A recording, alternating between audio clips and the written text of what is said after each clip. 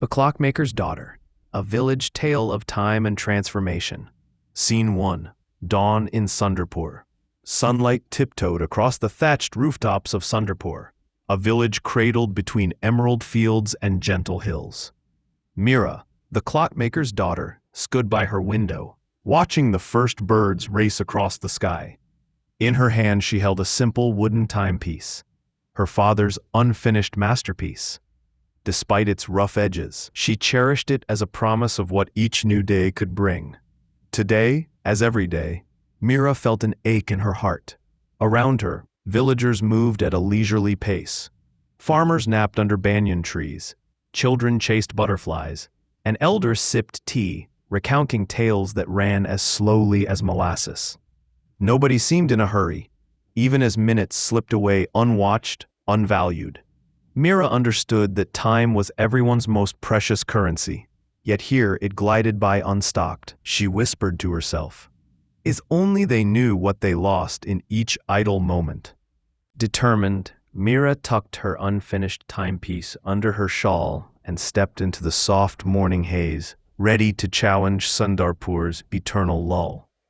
Mira's first stop was her father's workshop. Sunlight filtered through dusty windows, illuminating clocks of every shape, grand wooden pillars, delicate pocket watches, and wind-up toy timers. Her father, Harish, hunched over a dismantled gear, sighed as he examined a broken spring. "Papa, why do you slow down so often?" Mira asked. "Every pause costs us minutes we'll never reclaim." Harish looked up, surprise in his eyes. "Time isn't lost when we rest, my child. We need balance." Mira's brow furrowed. Balance or complacency? We waste hours chatting, stroking our chins, drinking tea. Meanwhile, the world outside races forward. Harish placed a gentle hand on her shoulder. "Eagerness can burn too. Patience is a virtue." Mira nodded, yet her mind churned. That afternoon, she resolved to prove her point. Even a single tick, dot, and invested could transform a life. With her father's half-finished clock tucked safely away, Mira trekked to the fields, where Rajan, a close friend, struggled to harvest rice. His cart lay half-empty beneath a scorching sun. Rajan paused, wiped his brow, and sank onto a stump. "Why rush?" he panted. "We have days before monsoon rains." Mira knelt beside him, placing the timepiece on his cart. "If we finish early, we can earn extra wages harvesting for the next farmer," she explained. "An hour saved here is rupees gained there. Use every tick." Skeptical, Rajan glanced at the wood and brass clock, yet he agreed to try. Mira set a simple bell. At every hour, they'd pause only for a minute. The gong rang and they began anew, faster, methodical, organized. By dusk, their cart brimmed with golden stalks. Mira's experiment astonished Rajan. "I've never worked so quickly," he admitted, sliding off his turban. "You were right, time counts." Mira smiled. "We'll celebrate with sweet gulab jamun later, but remember this, time spent wisely gives back much more." The next day, news of Mira's feat spread through Sundarpur like a gentle breeze. At the bustling market, vendors haggled over spices, pots, and cloth. Mira set up a small stall beside her father's clock shop, displaying her own time lessons. A dainty hourglass, 5 minutes, with a wooden sign, "Value every grain." A sundial sketch, "Let the sun be your guide." Pocket-sized chalkboards listing simple time hacks. "Wake at sunrise. Plan your day in 3 parts. Use breaks to reflect, not idle." Villagers paused, curious. Women cooking chapatis scribbled the tips. Shopkeepers nodded, swapping stories of lost earnings to gossip. Even the village teacher, Master Dev, leaned over Mira's stall, voice low. "Perhaps I should start each class on time." That afternoon, Mira led a brief demonstration under the banyan tree. Using the hourglass, she timed how long it took to peel potatoes for everyone's dal. Then she challenged volunteers to complete tasks, sweeping the courtyard, fetching water with the same tool. Laughter rippled through the crowd as chores became a game against the sand. By twilight, Mira had planted a seed. People realized that routine tasks reflected life's fleeting nature. At dawn the following day, Master Dev arrived at Mira's home, clutching a stack of slates. "I've turned my lesson plan into a timeline," he announced proudly. "Each topic has its minute allocation. Students will learn more if we keep time sacred."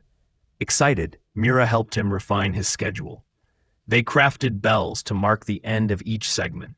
Later, in the schoolhouse, children found themselves engrossed, eager to move from arithmetic to storytelling before the bell rang.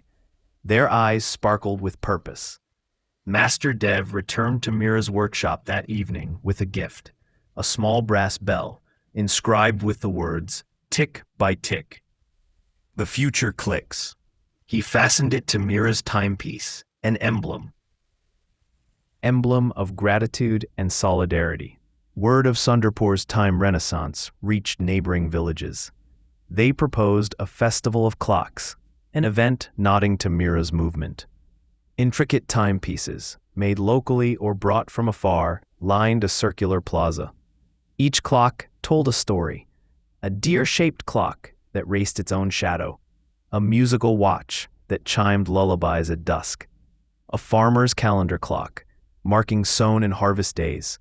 Mira presided over the opening ceremony. She placed her father's perfected clock, assembled and polished, at the center. It bore 3 dials, hours, minutes, and moments for brief pauses. When she wound it, the crowd hushed, listening to the soft, synchronized tick. She stepped forward and spoke. "Time doesn't belong to clocks or calendars. It belongs to us, our dreams, our duties, our devotion.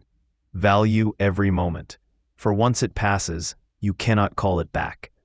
At her words, 1,000 villagers bowed their heads, vowing to guard their time as fiercely as their lands.